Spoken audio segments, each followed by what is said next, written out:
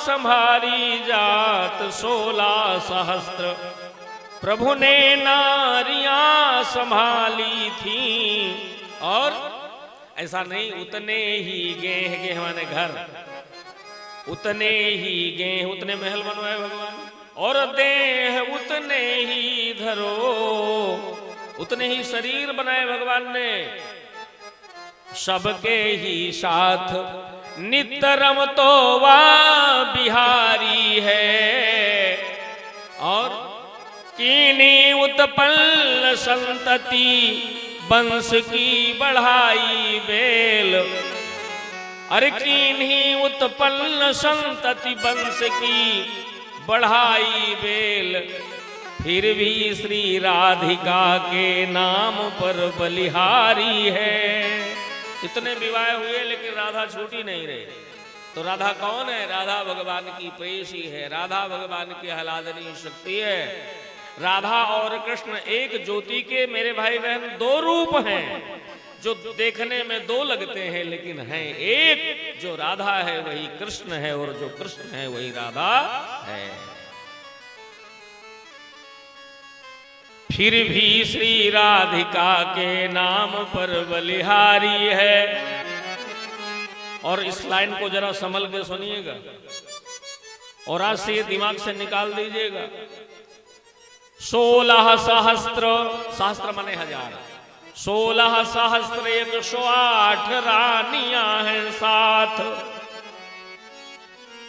ये बड़ी जोरदार बात निकलने जा रही है। 16 सहस्त्र 108 रानियां हैं साथ, फिर भी श्री कृष्ण चंद्र बाल ब्रह्मचारी है। फिर भी श्री कृष्ण चंद्र बाल ब्रह्मचारी है। योग योगेश्वरः कृष्णो यत्र पार्थो धनुर्धरः। भगवान का बहुत बड़ा परिवार है और हम सब परिवार तो हैं भगवान के। लीला की दृष्टि से भगवान के विवाह हैं, रानियां हैं, पटरानियां हैं। मेरे भाई बहन, भगवान, एक दिन नारद जी ने सोचा कि भगवान की जरा गृहस्थी देख के आऊं। भगवान इतने घरों में कैसे रहते होंगे, इतनी रानियों के बीच में कैसे रहते होंगे। तो नारद जी ने देखा, जब गए तो द्वारिका में गोलाकार ऐसे महल बने थे। तो देखा तो कहीं भगवान रुक्मणी के महल में रुक्मणी से बातचीत कर रहे हैं। तो बोले सत्यभामा, और जाम्बोती के महल में ना होंगे। तो जाम्बोती के महल में भगवान गए तो भगवान जाम्बोती के महल में भोजन कर रहे थे। लो, भगवान जाम्बोती के महल में भोजन कर रहे थे। सत्यभामा के महल में आए भगवान तो देखा कि सत्यभामा के महल में भगवान बच्चों को खिला रहे थे। कालिंदी के महल में आए तो भगवान कालिंदी के साथ चौसर खेल रहे थे। नग्नजिती के मकान में आए तो देखा कि भगवान सो रहे थे। नारद जी ने कहा, वाह प्रभु, तुम एक होकर भी यहो रखते अनेकों बेस हो। आदंतहीन अचिंत अद्भुत आत्मभू अखिलेश हो। मेरे भाई बहन, हर जगह तुम्हारी सत्ता है, हर जगह आपकी व्यापकता है। आप कहीं सो रहे हो, कहीं खा रहे हो, कहीं बतिया रहे हो, कहीं बोल रहे हो, कहीं बच्चों को खिला रहे हो। विष्णवे प्रभु विष्णवे प्रणाम किया और चले गए नारद जी। यह है भगवान की सत्ता। ईशावास्यमिदं सर्वं यत् किंचित जगत्याम जगत। परमात्मा की सत्ता जर्रे जर्रे में है, एक एक कण में है परमात्मा। क्या समझते हो साहब? देश काल दिश विद सहु माही, कहु सो जहां तहां प्रभु नाही। हरि व्यापक सर्वत्र समाना, प्रेम ते प्रगट होए मैं जाना। प्रहलाद ने खंभे में प्रकट कर दिया कि नहीं? मेरे भाई बहन, इसके बाद एक राजा हुए बाणासुर। भगवान शिव के भक्त थे। तो बाणासुर की एक बेटी थी जिसका नाम था उषा। उषा और अनिरुद्ध भगवान के पौत्र के साथ विवाह हुआ। हालांकि इस विवाह में बहुत युद्ध हुआ। बाणासुर का युद्ध हुआ, भगवान द्वारिकानाथ का युद्ध हुआ, और बाणासुर की तरफ से लड़ने के लिए महादेव भी गए। बहुत बड़ी कथा है मेरे भाई बहन। उषा अनिरुद्ध का पावन मिलन है, पावन मंगल में विवाह है। भगवान श्री कृष्ण के साथ बाणासुर का युद्ध है और राजा नृग की कथा है भागवत जी में। धीरे धीरे वही कथा आ रही है श्री सुदामा चरित्र की, जिसका आप लोग बड़ी बेसब्री से इंतजार कर रहे हो। बस केवल 2-3 मिनट बाद हम सुदामा चरित्र की कथा में पहुंच रहे हैं। आज हवन का भी कार्यक्रम है। अब रात में 10 बज जाए, 11 बज जाए, जैसी ठाकुर जी की कृपा होगी। अभी यहाँ भी बोलना है, इसके बाद फिर 4 घंटे वहाँ भी बोलना है। हमारे आचार्य लोग भी बोलेंगे। तो सभी कथाओं को धीरे धीरे बंधन करते हुए और विश्राम में ले जाते हुए राजा नृग की कथा का पावन दर्शन है। राजा नृग गौओं का दान करता था। जीवन में एक बार गौ का दान करना चाहिए। गौदान बहुत आवश्यक है मेरे भाई बहन, लेकिन गौदान भी किसको करना चाहिए? जो गाय की सेवा कर सके। हैं? मेरे भाई बहन, बस एक विनती करके मैं जाऊं कि कभी भी भागवत जी में लिखा है गाय का हक, गाय का धन, साधु का धन, महात्मा का धन, मंदिर का धन और भाई का धन और कन्या का धन और ब्राह्मण का धन कभी भी नहीं खाना चाहिए। लाल की जय हो। मेरे भाई बहन, भाई का अंश, कोई माई का लाल इस दुनिया में पैदा नहीं जो खा करके पचा सके। देखना, अभी जीते जी 4 थे 10 साल में, अन्यायोपार्जितम द्रव्यम 10 वर्षाणि तिष्ठति। वो उनका प्रारब्ध मजबूत है, उन्होंने इतना पहले कुछ किया है, वो बात अलग है। उन्हें 10 साल 20 साल में पता चल जाता है। भाई का भयंस, गाय का धान। आज जगह जगह गौशालाएं खुली हैं। धन्य है हमारी सरकारें, पर अब सरकारें क्या करें? बिचौलिए खा रहे हैं। इस तरह की ठंड में गौएं मर रही हैं, ठिठुर रही हैं। मेरे भाई बहन, गाय का हक बहुत विलक्षण होता है। मैं आपसे हाथ जोड़ के विनती करूं, गाय की सेवा करो।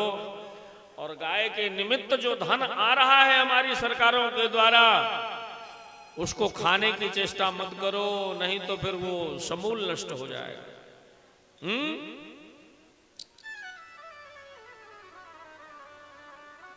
गाय सनातन से हमारी मां है।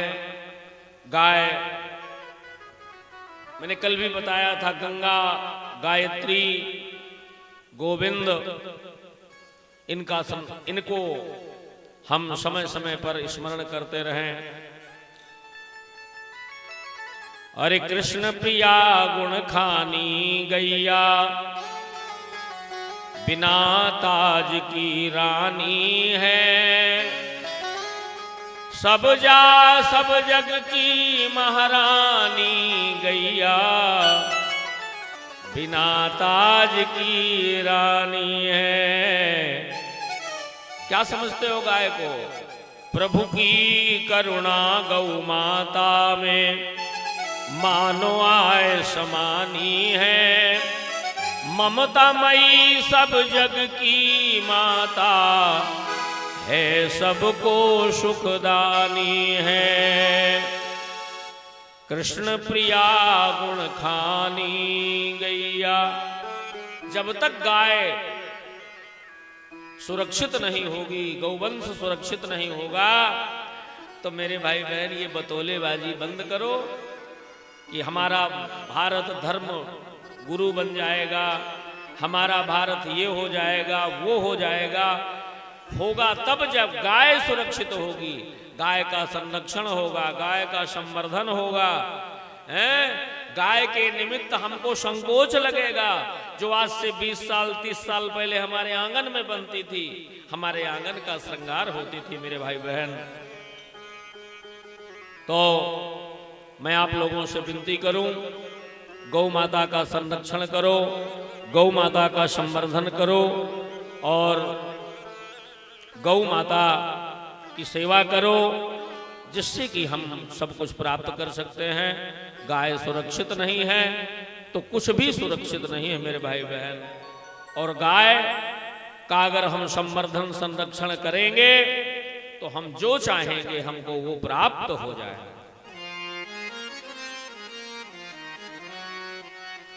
इसलिए गाय की बात को हम बार बार कहते हैं और आपसे हाथ जोड़ करके हम विनती करते हैं मेरे भाई बहन। आज यज्ञ का बहुत अद्भुत कार्यक्रम है। मैं चाहता हूं कि थोड़ा सा यज्ञ के विषय में चर्चा हमारी आपकी हो जाए।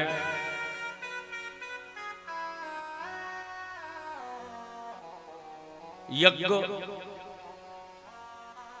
सनातन से हमारे इस भारतवर्ष में होते रहे।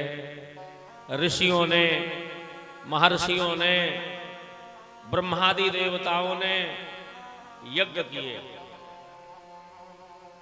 यज्ञ के विषय में जो अभी हवन होगा ये वेदियों में, तो यज्ञ के विषय में हमारे धर्मशास्त्रों में बहुत कुछ लिखा है।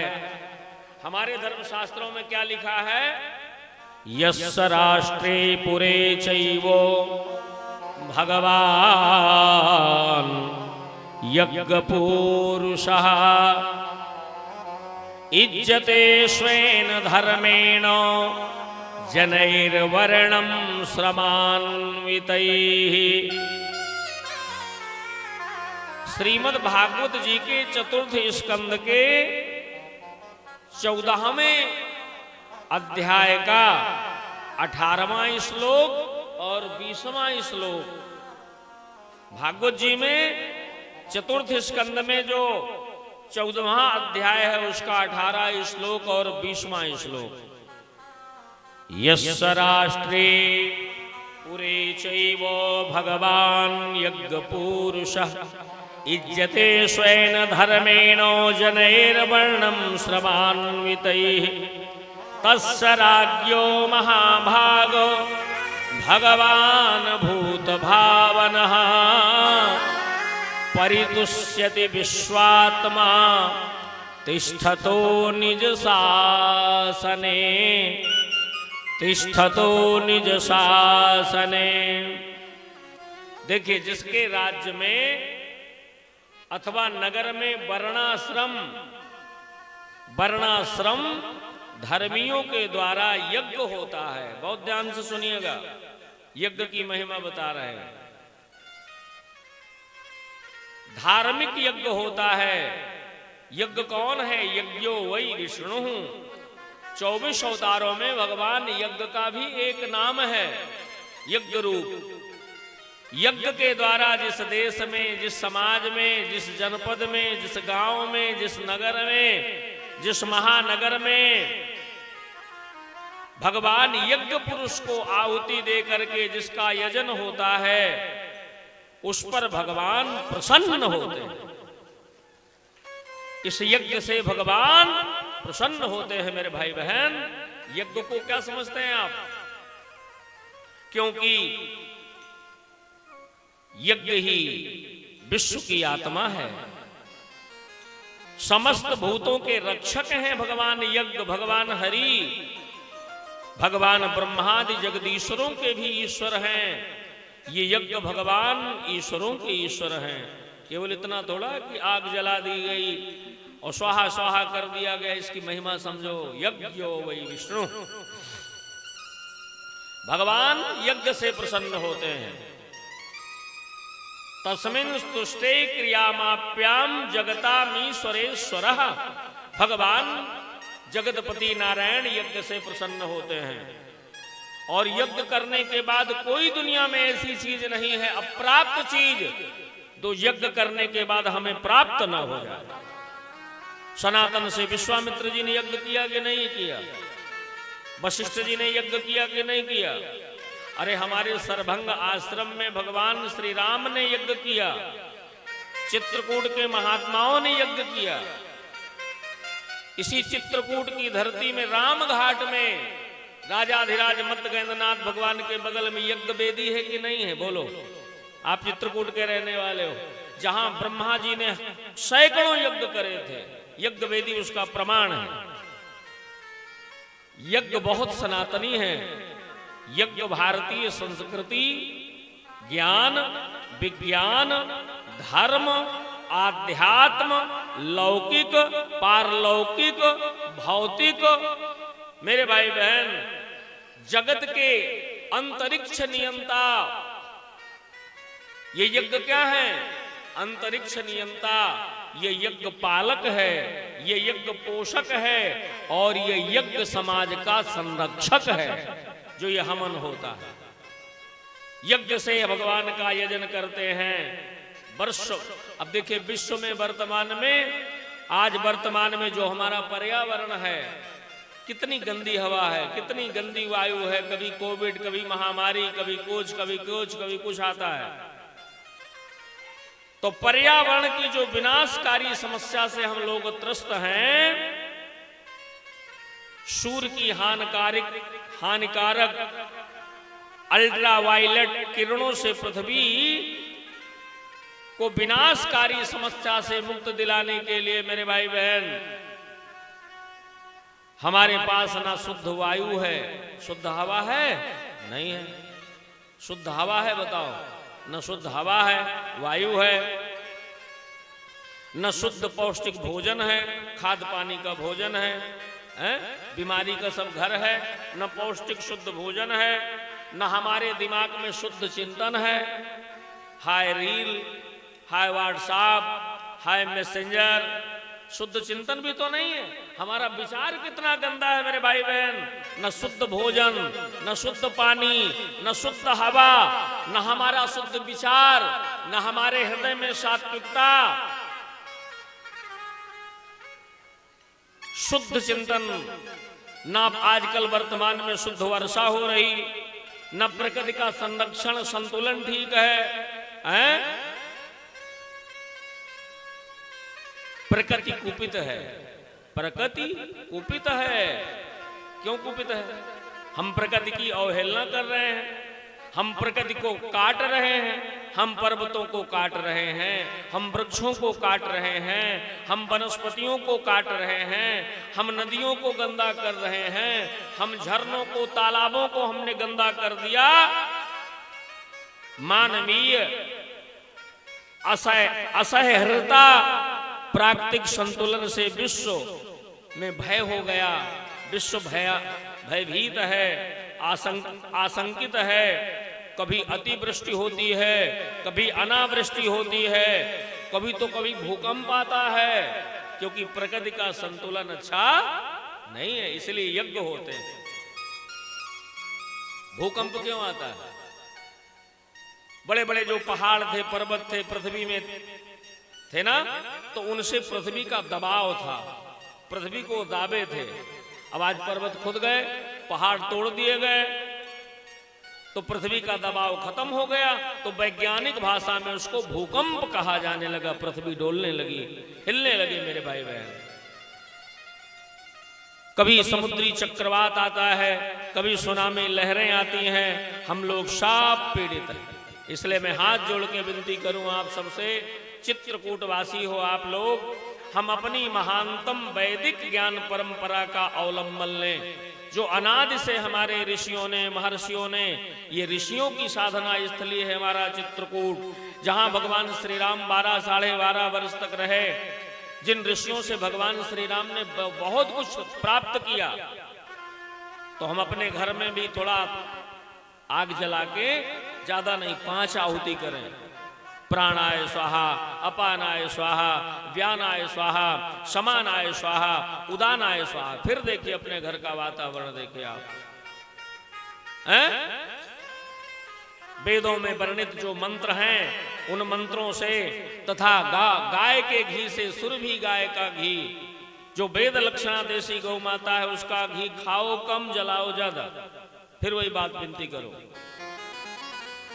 गाय के घी से हवन करो, प्रकृति को शांत करो। ईश्वर और प्रकृति जब दोनों संतुष्ट होंगे, केवल ईश्वर से ही नहीं, जब ईश्वर भी संतुष्ट और प्रकृति भी संतुष्ट होगी, तो मेरे भाई बहन भारत सहित समस्त मानव जाति का कल्याण हो जाएगा।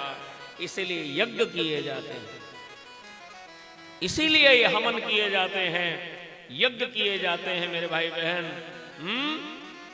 पर्यावरण शुद्ध हो, ये गंदी हवा शुद्ध हो, हमारा मन संतुलित हो, ऐसा होना चाहिए। यज्ञ की अनादि परंपरा है मेरे भाई बहन। यज्ञ हमारी धरती में अनादि से होते रहे हैं। यज्ञ कोई आज से थोड़ा। यज्ञ में जब राक्षस लोग विघ्न करते थे तो विश्वामित्र जी राम और लक्ष्मण को मांगने के लिए गए थे। जब सारे जप सुनो, जब सारे जप तप निष्फल हो जाते हैं हमारे जीवन में, तब हर प्रकार से यज्ञ ही स्वाहा स्वाहा स्वाहा स्वाहा, ये यज्ञ ही हमारी रक्षा करता है।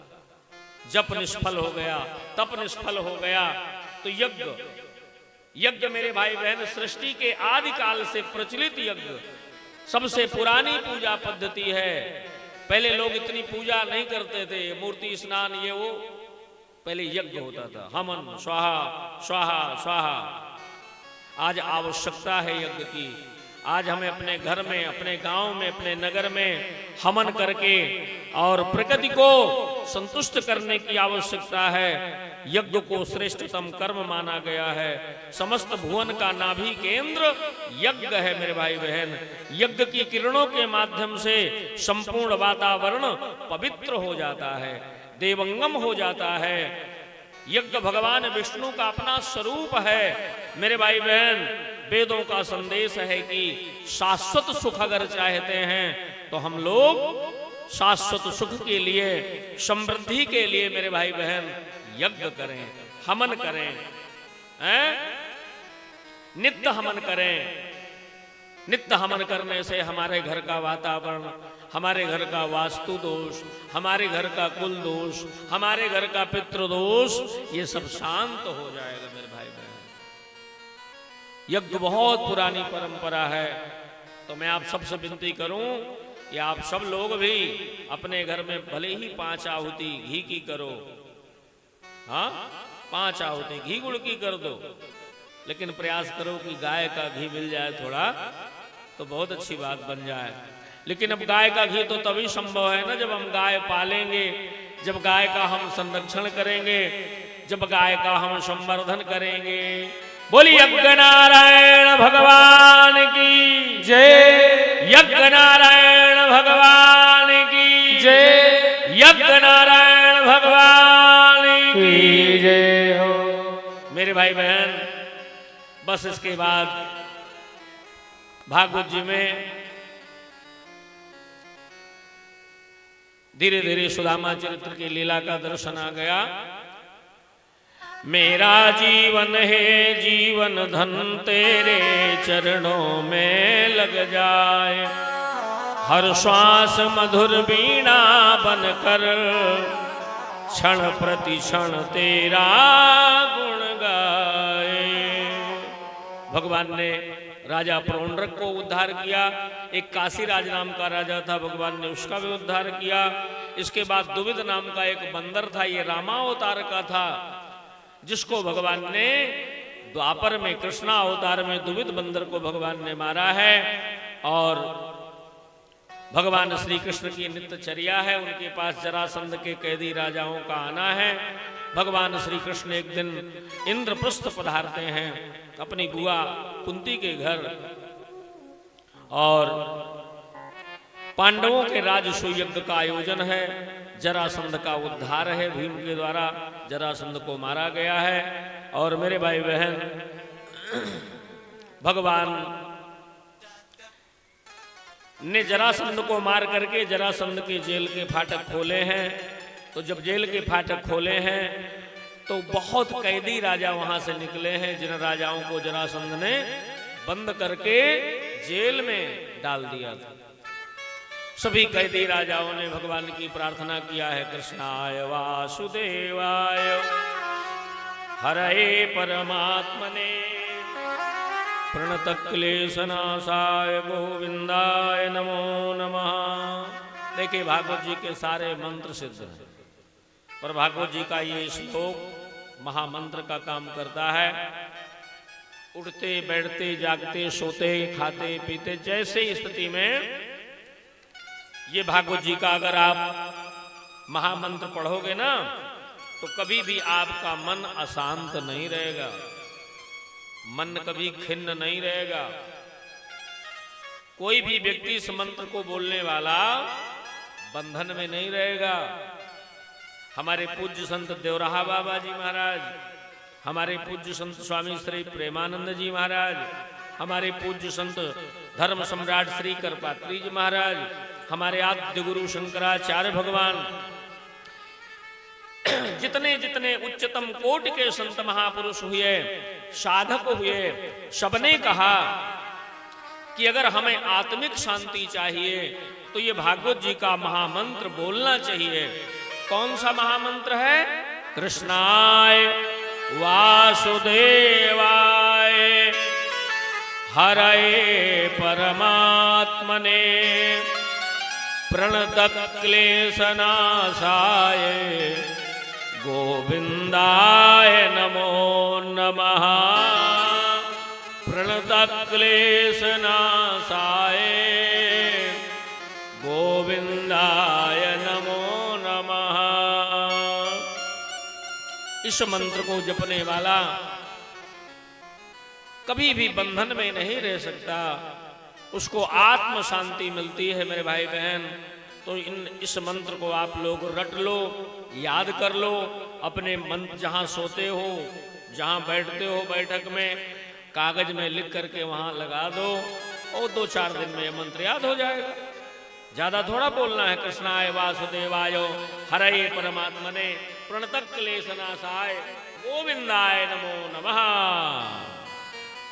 मेरे भाई बहन, बड़ा सिद्ध मंत्र है भागवत जी का।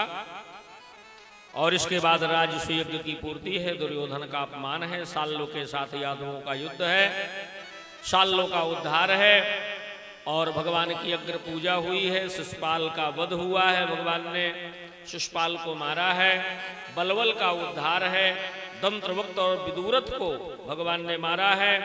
और बलराम जी जो भगवान के भाई हैं, उनकी तीर्थ यात्रा का दर्शन है।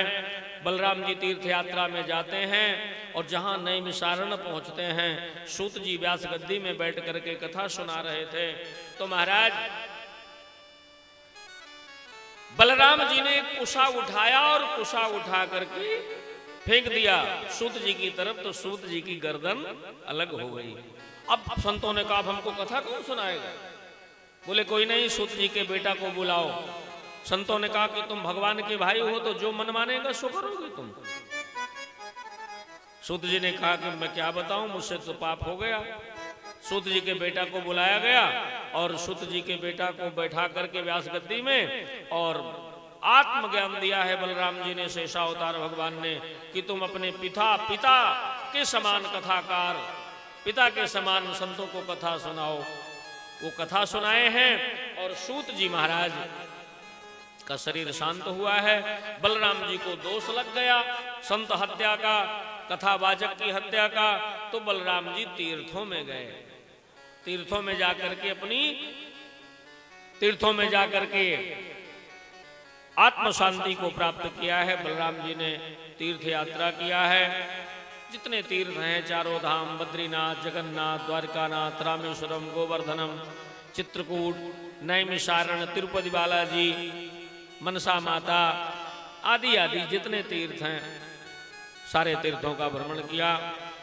अब मैं आपसे विनती करूं कि आज की जो मुख्य कथा है भागवत जी की, और इसी कथा को बोल करके वाणी को विराम देंगे। बस थोड़ी देर की बात है। आपकी जितनी एकाग्रता मिलेगी मुझे, आपका चित्त जितना शांत मिलेगा, तो ये कथा अपने आप उतनी अच्छी लगेगी। देखिए ये कथा 2 मिनट की नहीं है, 5 मिनट की नहीं है, ये कथा भाव की है।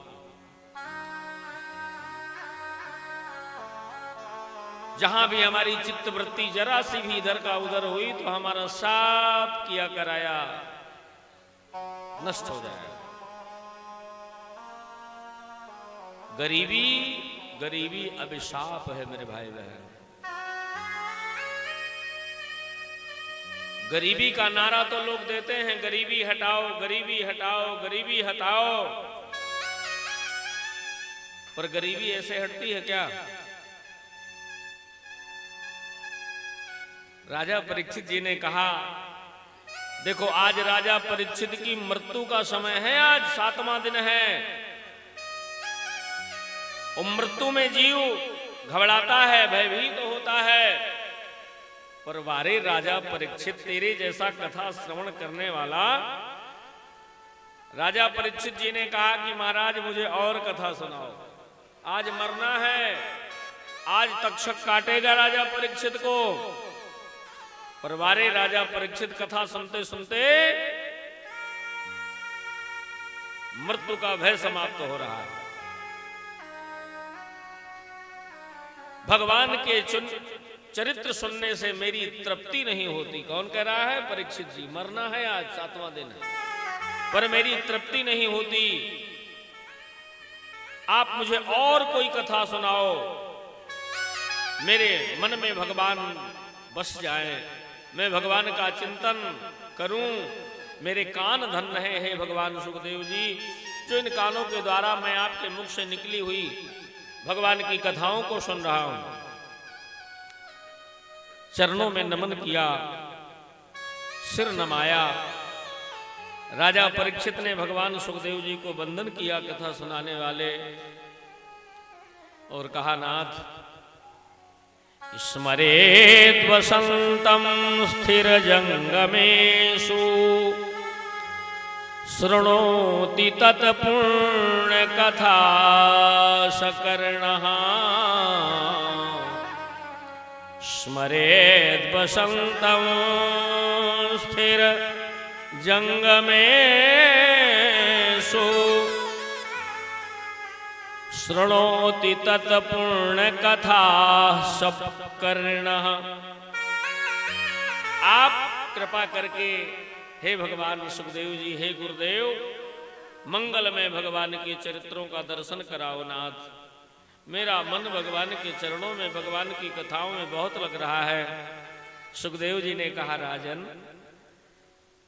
आज तेरी मृत्यु का टाइम है, आज 7वां दिन है, आज तुझको तक्षक काटेगा राजन। राजा परीक्षित ने कहा कि महाराज मैं कथा सुनते सुनते तक्षक के भय से मुक्त हो चुका हूं। मुझे लग ही नहीं रहा कि मुझे काल तक्षक काटेगा, सर्प काटेगा। मुझे आप जितनी भगवान की कथाएं सुना रहे हो, मेरा मन रम रहा है, मेरा मन ही तृप्त नहीं हो रहा। मुझको लगता है कि मैं और भगवान की कथा सुनूं। भगवान के चरणों में नमन किया और कहा कि कान वही धन्य है जो भगवान की कथा सुने, आंख वही धन्य है जो भगवान का दर्शन करे, सिर वही धन्य है जो भगवान के चरणों में झुके, गुरु चरणों में, संत चरणों में झुके, हाथ वही हैं जिनसे हमारे हाथों से सत्कर्म हो। कृपा करके भगवान के मंगल में चरित्रों का दर्शन कराओ प्रभु। सुखदेव जी ने कहा, तो सुनो, तुम्हारा अगर इतना प्रेम है तो सुनो, मैं तुमको एक बहुत अच्छी कथा सुनाता हूं। भगवान के एक सखा थे द्वारिकानाथ के,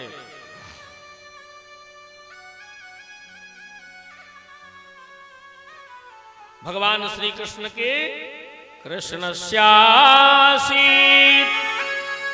सखा कश्चिद ब्राह्मणो ब्रह्मवित्तमः विरक्त इंद्रियार्थेषु प्रशांतात्मा जितेन्द्रियः। राजन परीक्षित, तुम्हारा मन अगर भगवान की कथाओं में लग रहा है तो सुनो ना। भगवान श्री कृष्ण के एक सखा हैं, सखा थे आसीत, कृष्णस्य आसीत, बड़ी पुरानी कथा है। आसीत जो ब्राह्मण थे, जो ब्रह्मविद्त थे, जो पैसा रुपया यहां चलता है वो पैसा रुपया तो नहीं था सुदामा जी के पास, पर जो धर्म कर्म रूपी पैसा वहां चलता है, जो सिक्का, धर्म कर्म सत्संग, ये खूब था। तपस्या बहुत थी सुदामा जी में। यहां जो पैसा चलता है ये नहीं था, लेकिन वहां जो धर्म कर्म तपस्या सत्संग स्वाध्याय, ये सुदामा जी के पास बहुत था।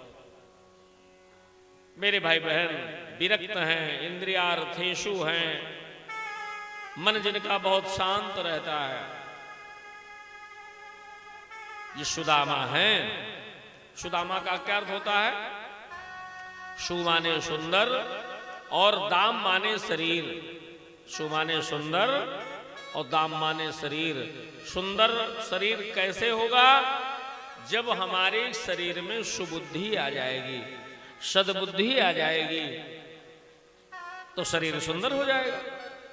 अब बढ़िया सुंदर शरीर है, बढ़िया सुंदर शरीर है, बढ़िया हट्टा कट्टा है और बढ़िया कपड़े पहने हैं, बढ़िया सब कुछ है, देखने सुनने में भी अच्छा है, लेकिन बुद्धि 2 पैसे की नहीं है, दिमाग में संतुलन नहीं है, तो आप बताओ ना। बढ़िया शरीर है और बुद्धि नहीं है, तो फिर शरीर का कोई अस्तित्व है? नहीं है, कोई मूल्य नहीं है, कोई कीमत नहीं है। सुदामा तो वही है, सु माने सुंदर, दाम माने शरीर, जिसके पास में सद्बुद्धि है। ये सद्बुद्धि है, ये मेधा चक्र है। ये जहां पर हम लोग तिलक लगाते हैं, ये मेधा चक्र है। चंदन लगाने से हमारा मेधा चक्र, हमारी जो शुद्धि होती बुद्धि होती है ना, वो शुद्ध होती है, निर्मल होती है। इसलिए चंदन लगाया जाता है, इसलिए हमारी माताएं भी लगाती हैं, सिंदूर लगाती हैं, बिंदी लगाती हैं, यहां से लेकर के यहां तक। यहां नहीं, ये मेधा चक्र है।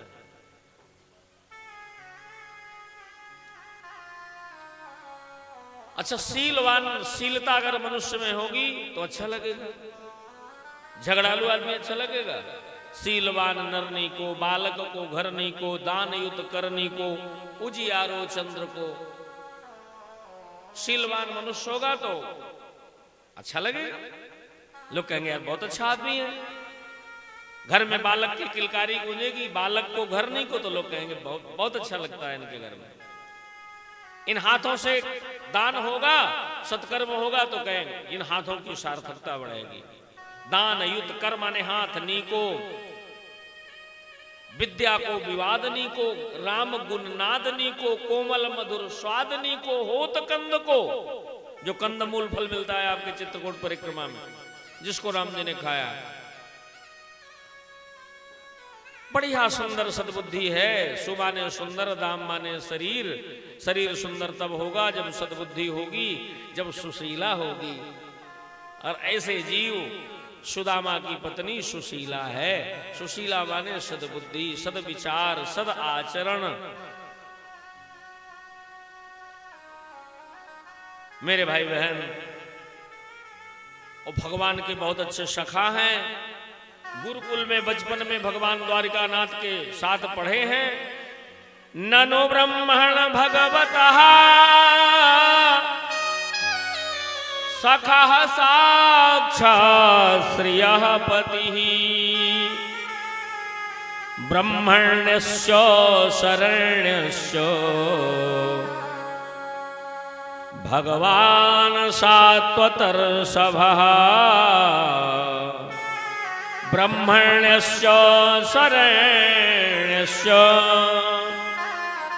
भगवान सात्वतर्षभः। बहुत ध्यान देकर सुनना, बहुत चित्त को एकाग्र करना। सुखदेव जी कहते हैं ऐसे सुदामा जी के परम मित्र बचपन के सखा जो है ना, साक्षात श्रियः पति ही, जो श्रियः माने लक्ष्मी के पति हैं। श्री निकेतन है ठाकुर जी। और बढ़िया पत्नी है सुशीला, घर की गृहस्थी चलती है, लेकिन थोड़ा सा गरीबी है, अभाव है।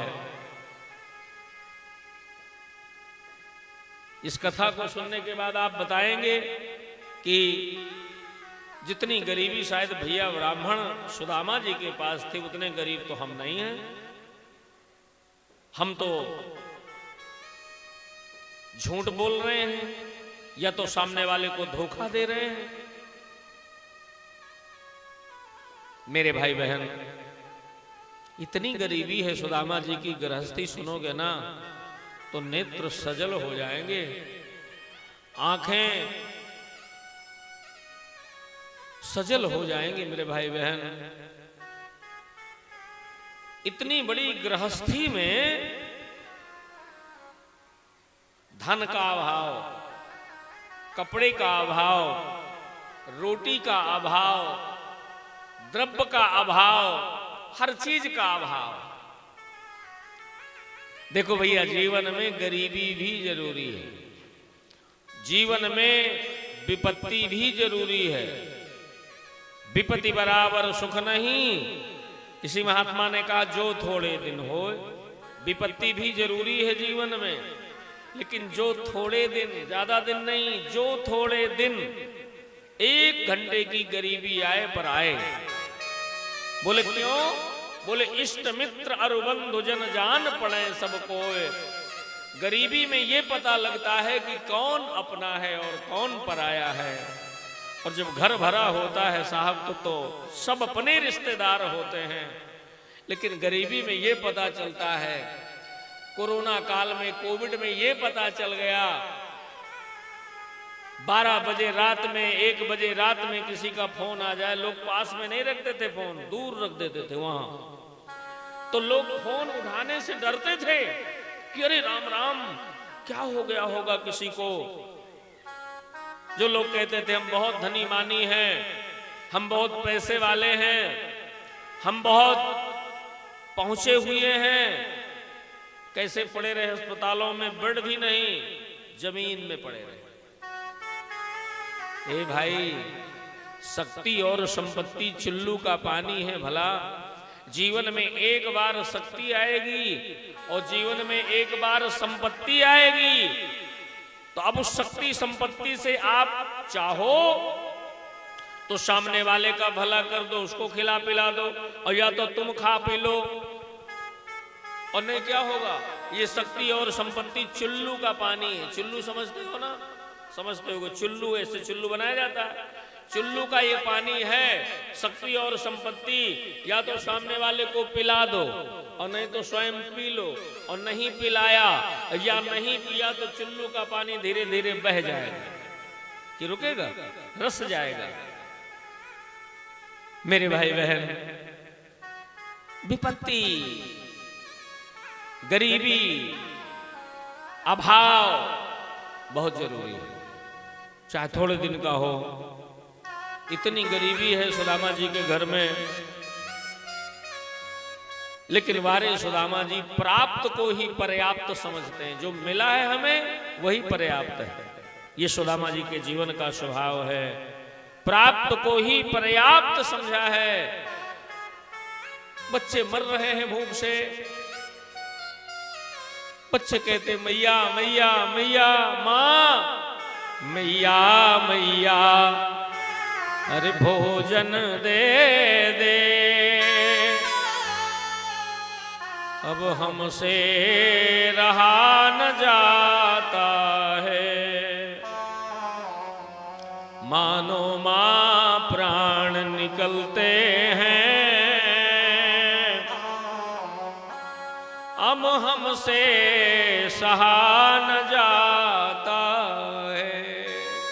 मां भूख लगी है, मां ठंड लग रही है, मां कड़ाके की ठंड, लेकिन वारे सुशीला, वारे मां के पास न तो रोटी का एक टुकड़ा है, न एक दाना है, न एक कपड़ा है। जरा उस मां के कलेजे से पूछो, किसी गरीबनी मां का बेटा रोटी मांग रहा हो और मां कह दे कि अरे राम राम, धिक्कार है, कि मैं अपने बेटे को पेट भर भोजन भी नहीं करा पा रही। वारे सुशीला, वारे सद्बुद्धि, बच्चों को समझाती है कि बेटा, जब नाव भंवर में पड़ती है लाल, जब नाव भंवर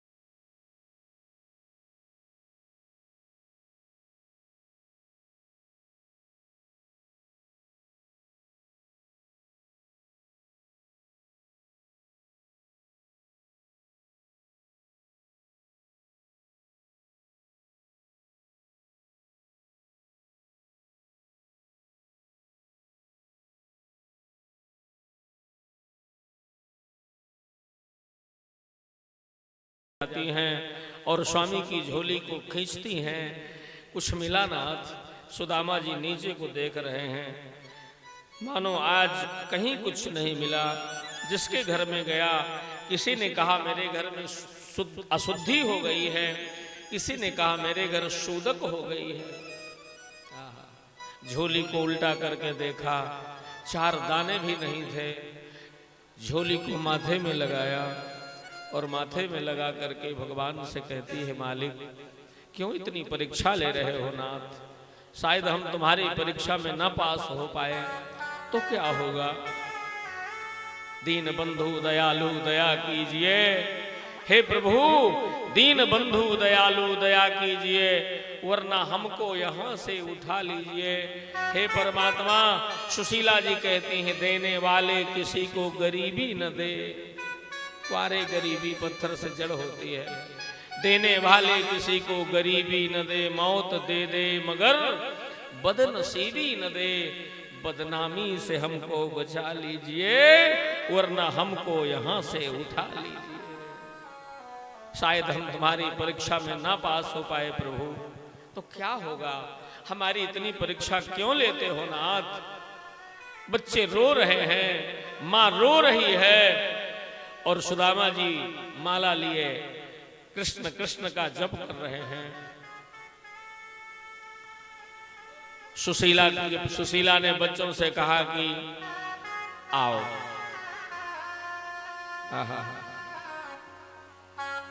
ये कथा उसी को भाएगी साहब, ये कथा उसी को चुभेगी जिसने जीवन में गरीबी देखी है, जिसने जीवन में अभाव देखा है। ये कथा उसी को अच्छी लगेगी। भले ही 2 घंटे का अभाव देखा है, क्या था खाने के लिए? सुशीला ने बच्चों के मुख में तुलसी डाल दिया। जरा देखो तो गरीबी। सुशीला ने बच्चों के मुख में तुलसी दल डाल दिया, गंगा जल डाल दिया, और कहती बेटा गंगा जल पी लो, तुलसी खा लो। बच्चे कहते हैं माँ, गंगा जल से और तुलसी से भूख मिटेगी? ठंडी भी तो लग रही है, माघ की ठंडी, पौष की देख रहे हो ठंडी। तो बच्चों के शरीर में गरम गरम हवन वेदी की राख, हवन वेदी की भस्म निकाल करके बच्चों के सारे शरीर पर मलती है, थपकी देती है, गंगा जल डाल देती है, तुलसी डाल देती है। सो जा नैनों के तारे मेरे, अपने घर में कुछ अन्न नहीं, मैं क्या ला कर दे दूं बेटा? अपने घर में भोजन ही नहीं। बेटा जब आवे संतोष धन, तो सब धन धूरी समान मेरे लाल। गंगा जल डाल दिया, तुलसी डाल दिया, हवन वेदी की गरम गरम हवन की भस्म इस तरह की ठंडी में लगा करके ठंडी के दिन व्यतीत करती हैं। भगवान से विनती करती हैं कि हे द्वारिका के नाथ, हमारी खबर ले लो स्वामी। हम तो भूखे रह सकते हैं, पर ये बच्चे कैसे रहेंगे? ये बच्चे विकल हो रहे हैं। दुख हरो द्वारिका नाथ, शरण हम तेरी, शरण हम तेरी। सुशीला कहती है, शरण हम तेरी, शरण हम तेरी, दुख हरो द्वारिका नाथ, शरण में तेरी। और याद रखना, प्रार्थना में बहुत बड़ी ताकत होती है। व्यक्ति प्रार्थना करते करते प्रार्थनीय हो जाता है, व्यक्ति चिंतन करते करते चिंतनीय हो जाता है, व्यक्ति वंदन करते करते वंदनीय हो जाता है, स्मरणीय हो जाता है। मानो द्वारिकानाथ भगवान से विनती करी और सुशीला को लगा कि एक बार मैं अपने स्वामी से कहूं, शायद मेरे स्वामी मान जाएं, राजी हो जाएं। तो सुदामा जी बैठे हैं, सुशीला चरणों को पकड़ लेती हैं और कहती हैं, नाथ और सब ठीक है ना? हाँ, सब कृष्ण कृपा है, सब प्रभु कृपा है। देवी, ये हमारे दिन, ये हमारे भाग्य का खेल है सुशीला। जब बुरे दिन आते हैं ना, तो फिर कोई किसी का होता है क्या सुशीला? उस समय तो केवल भगवान होता है, उस समय तो केवल द्वारिकानाथ होता है, उस समय तो श्री कृष्ण होता है सुशीला। क्यों परेशान होती हो सुशीला?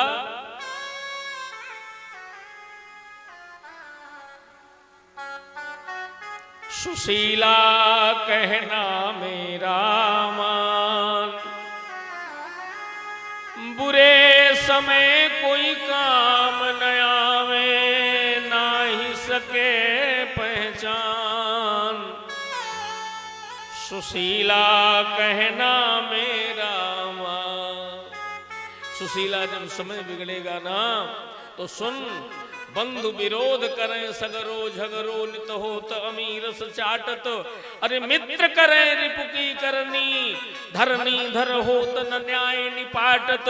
राम कहे विष होत सुधाकर, नारी सती पति सोचित पाटत। सुशीला, भाविधना प्रतिकूल जबे, भाविधना प्रतिकूल जबे, तब ऊंट चढ़े पर कुकुर काटत। अगर विधाता वाम हो जाएगा, कोई ऊंट में चढ़ करके जा रहा होगा, तो कहीं ना कहीं से उसको कुत्ता काट लेगा। सुशीला, सुशीला कहना मेरा माल। भगवान की यही इच्छा है। सुशीला चरणों को दबा रही है, टप टप आंसू गिर रहे हैं स्वामी के चरणों में, और कहते हैं, नाथ आपका आदेश हो तो मैं एक बात कहूं क्या? हाँ बोलना। मुझे याद है जब मेरा विवाह होके आया था, तो आप कभी कभी बताया करते थे कि मेरे बहुत अच्छे सखा हैं, साक्षात श्रीहपति, जो द्वारिका के नाथ हैं, द्वारिका के राजा हैं, श्री कृष्ण हैं, द्वारिकेश हैं, मधुरेश हैं। आप कहा करते थे ना? सुदामा जी गर्दन हिला रहे हैं, सुशीला याद दिला रही है। आप कहा करते थे, साथ साथ हम पढ़ते थे, हम खेले थे। अरे साथ साथ हम पढ़ते थे, हम खेले थे, साथ साथ ही कष्ट अनेकों झेले थे। हाँ देवी, हम साथ साथ पढ़े, साथ साथ बढ़े, साथ साथ रहे। स्वामी, आप जब से अपने मित्र से विदा होके आए तब से आप गए कहां?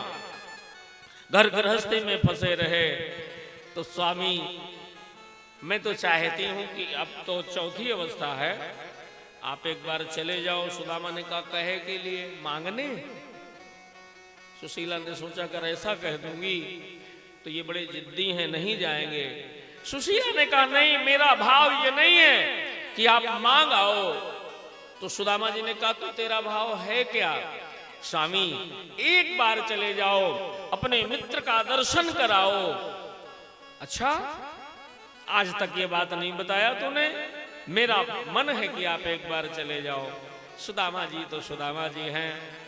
देखिए, पतनात् त्रायते, जो अपने पति को भगवत मार्ग पर लगा दे, परमात्मा के रास्ते पर भेज दे, वही तो पत्नी है, वही तो सुशीला है मेरे भाई बहन। सुदामा जी ने कहा कि सुशीला, कुछ जगह ऐसी होती हैं जहां बिना कुछ लिए नहीं जाया जाता। वैद्य, हकारा, ज्योतिषी और मित्र, बड़राज, राजा के पास, वैद्य के पास, ज्योतिषी के पास, भगवान के पास, भगवान की कथा में गुरु के पास। ओ इन्हें भेंट बिन जो मिले ताहि न छीजे काज।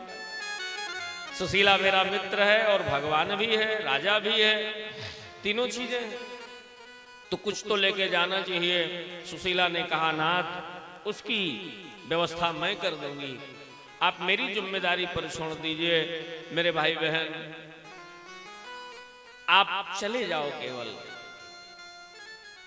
भगवान के लिए तैयार हो गए। सुदामा ने हां भर दी। दौड़ करके सुशीला 4 घरों में गई हैं।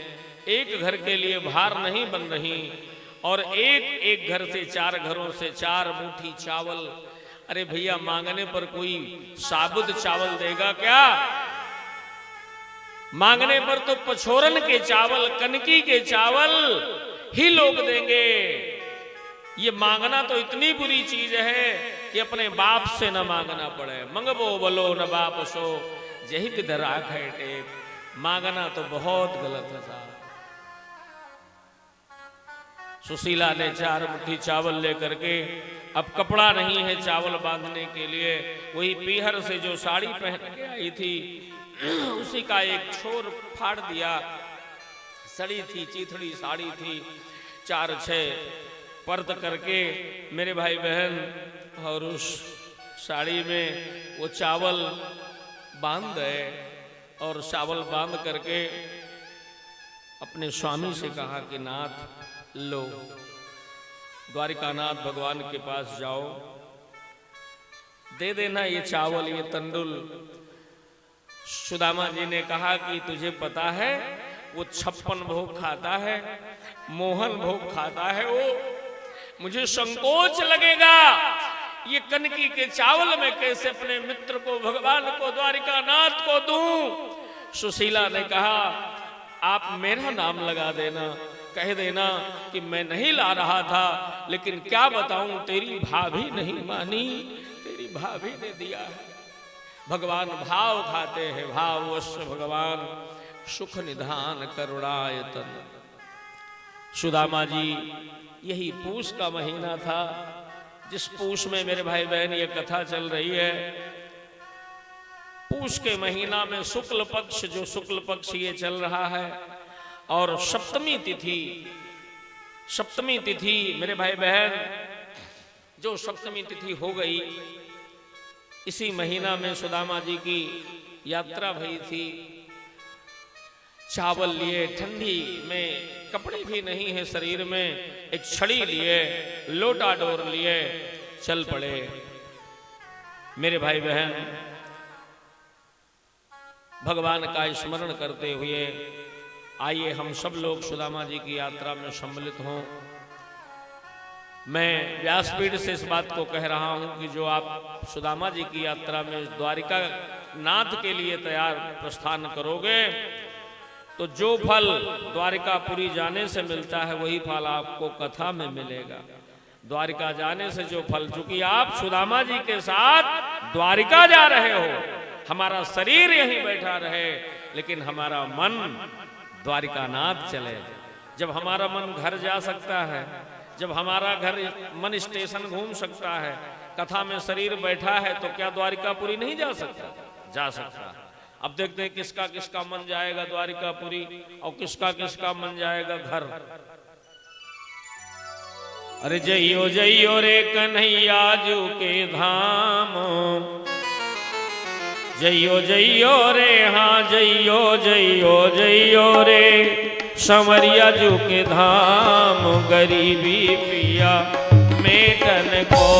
जइयो जइयो रे संवरिया जू के धाम, गरीबी पिया मेटन को। जइयो जइयो रे, हाँ जइयो जइयो जइयो रे कन्हैया जू के धाम, गरीबी पिया मेटन को। जइयो जइयो रे कन्हैया जू के धाम, गरीबी पिया मेटन को। हाथ उठा के, ठंडी नहीं है।